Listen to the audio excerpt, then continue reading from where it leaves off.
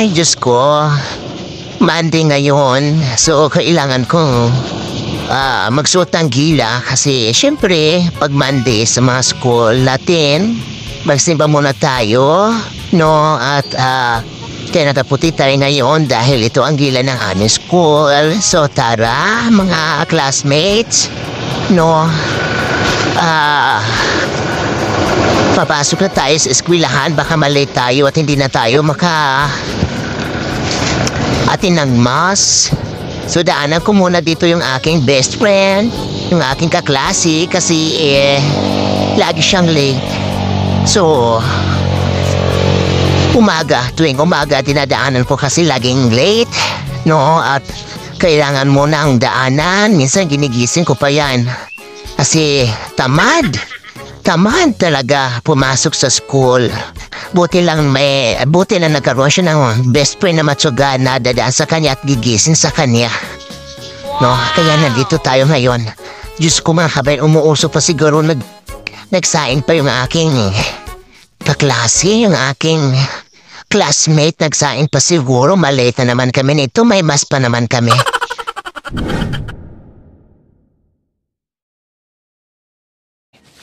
Hi, my best friend. Kumusta kayo?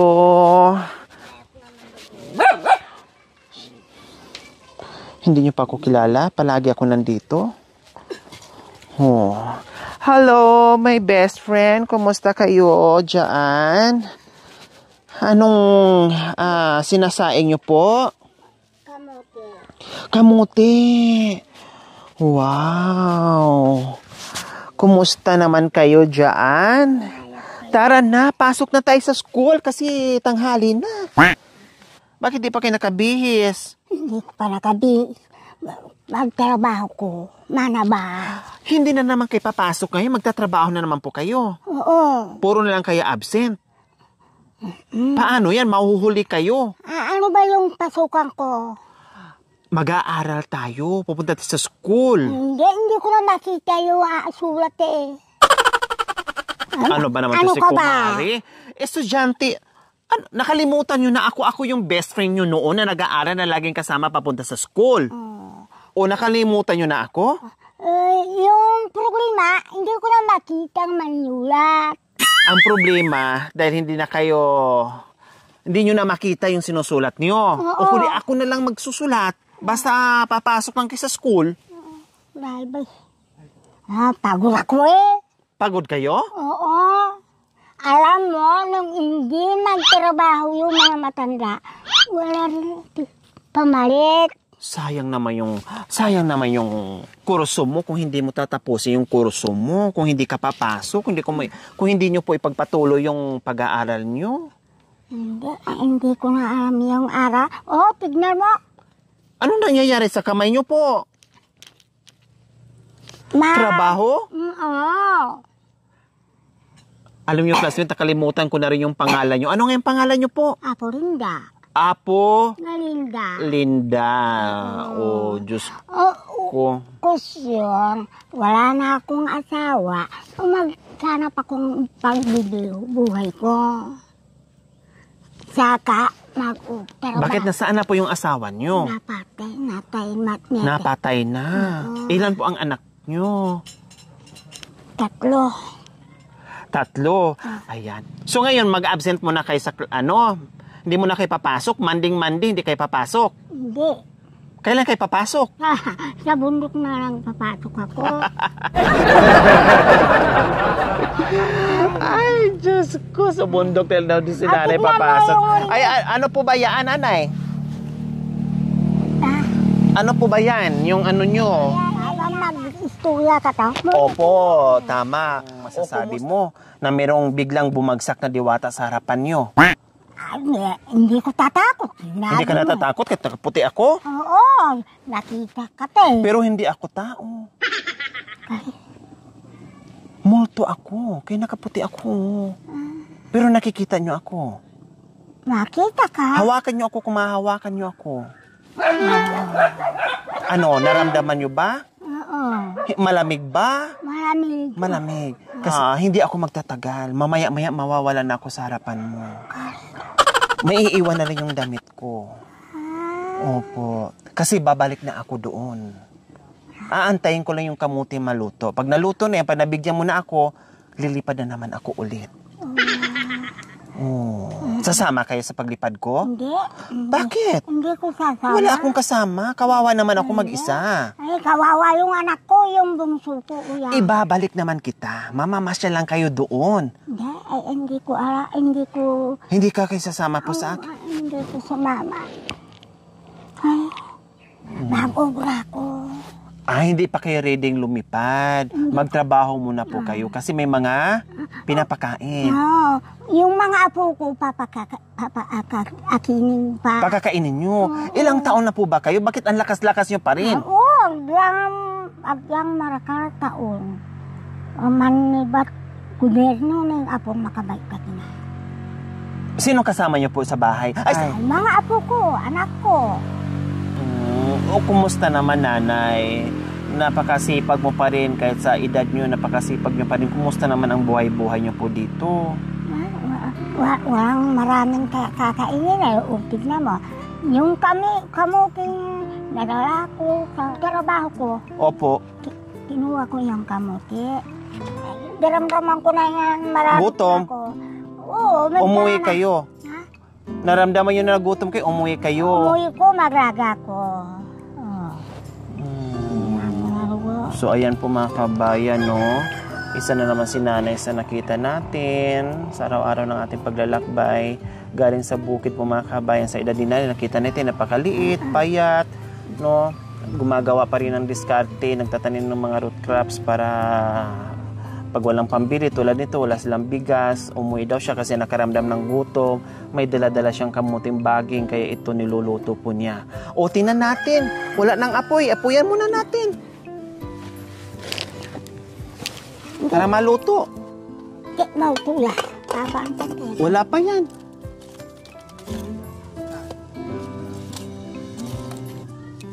Maraming anak ko. Ilan po ba ang anak nyo? Bakit nasabi yung marami? Yung bungso ko. Oh, ilan po lahat ang anak nyo? Ang babae. Dalawang babae. Tapos yan. Na itong yung 5, 10, 4. 4. Dalawang babae, Dalawang lalaki. O, ayos na po yun. Hindi masyadong marami. Kung ano lang, sakto lang. Sakto. Opo, sakto lang. Matagal na po kayong walang mister? Yoda, matagal na? Matagal na. Ilang taon na po? Mga 3 taon na yata napatay yung asawa ko eh. Kenya pami tayo. Okay na po mga kabayan, no? Habang tayo ay nag-iikot, mayroon tayong napansin dito na umuusok, inakyat. Ito nga si nanay nakita na naglalaga pala ng kamuti kasi tamang-tama ngayon, tanghalian, lunchtime. So ito yung tanghalian ni nanay. At take note mga kabayan ha, galing pa sa bukid, nagtatrabaho, umuwi lang yan at may daladalang kamuti dahil nakaramdam ng gutom.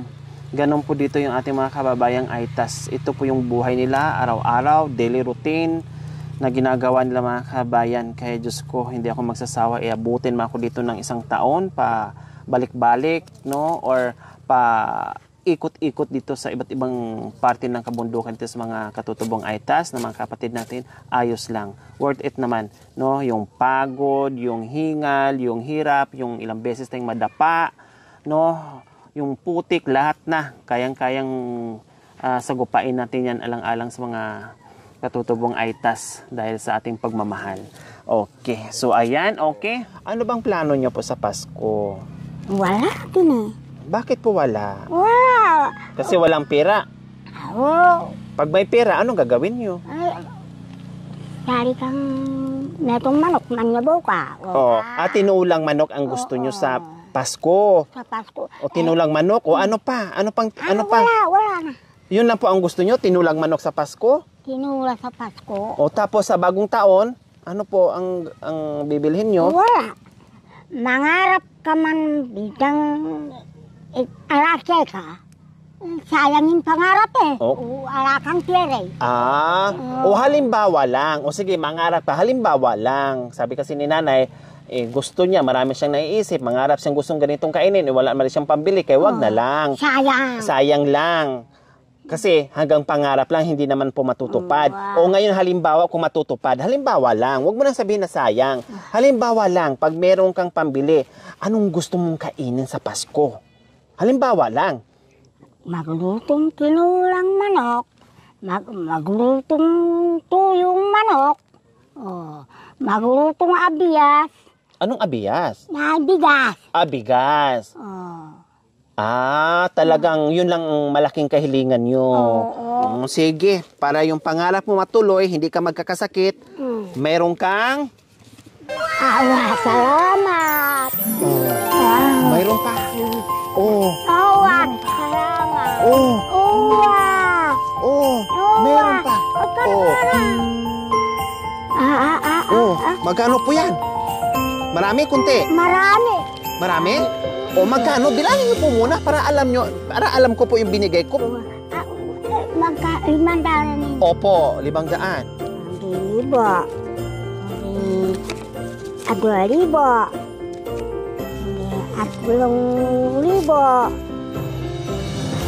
4,000. 5,000. Marami? Marami salamat nang binigay mo sa akin. Hindi na tayo mamamatay. Kasi yung pangarap natin, nakakakain na tayo ng tinulang manok. Diba? Salamat. Bakit napapawaw kayo? Bakit? Wow. Wala akong... Bakit napapawaw kayo? Wala akong pera ba eh. Tapos ngayon? Tapos, tignan mo yung rinito ko. Itong araw, kamuti lang. Huwag yun na sabihin na wala kayong pera kasi may hawak na kayo. May Ngayon, pera na. may pera na. Anong bibilhin nyo po dyan? Pambili kang Pasko. Masaya. Madiyay ka pa. Ikaw masaya. May pera na. Saan nga naman May pera na. Ang ganda-ganda na ng ngiti nyo ngayon Kanino? Maganda rin na sa nagpera na. Masaya na kayo Masaya na nga. Diba? Tamang-tama yung pag-uwi galing sa bundok, kaya pala pinapauwi kayo dahil alam niya na darating ako. No? Nalilindan, no? Ang galing naman talaga. Yung ginaw kasi, sinumasok sa isip mo, puntaan mo si Nanay Linda. Sabi ng God, sabi ni Lord. Puntaan mo si Nanay Linda, wala yung pera. At walang makain. Wala yung makain, maglagay ang kamuti. Ang bait ng Diyos, no? Oo. Inutusan ako para mapuntahan ka, mabisita ka. At salamat sa pinuntaan ng anak ko. Binigyan na akong pera. So, ayan po mga kabayan, sa edad ni nanay, no? Sabi nga niya kanina, mahirap mangarap. No, kung mahirap mangarap na masarap na ulam dahil walang pambili, magkakasakit ka lang, kaya isip kung ano na lang dumadat niya dito na pagkain, yun na lang ang kakainin. No, sa edad ni nanay, napakaliit, napakapayat, pero patuloy pa rin sa pakikibaka. Akit baba pa rin sa kabundukan para mangalap ng mga kalakal, magtanim para merong makalkal, makakain. No, talagang hanggang ngayon sa edad niya ay patuloy pa rin po sa paghanap buhay. Kaya deserve niya mabigyan ng pagmamahal. Kaya maraming salamat po. Siyempre sa ating sponsor, walang iba kundi si Mr. Selva Arol and Mrs. Edita Arol from London. Maraming salamat po sa inyong ginintuang puso. Naway pagpalain po tayo ng Panginoong Diyos araw-araw. Naway bigyan pa po tayo ng mahabang buhay. No? Nawa ibigyan pa tayo ng maraming biyaya upang sa ganun marami pa tayong matulungan na gaya nila. So mga kabayan, huwag niyo pong kalimutan paki-share and subscribe sa aking YouTube channel, Lori Aquino Talita. Maraming salamat po, God bless us all. Bye, Nanay Linda.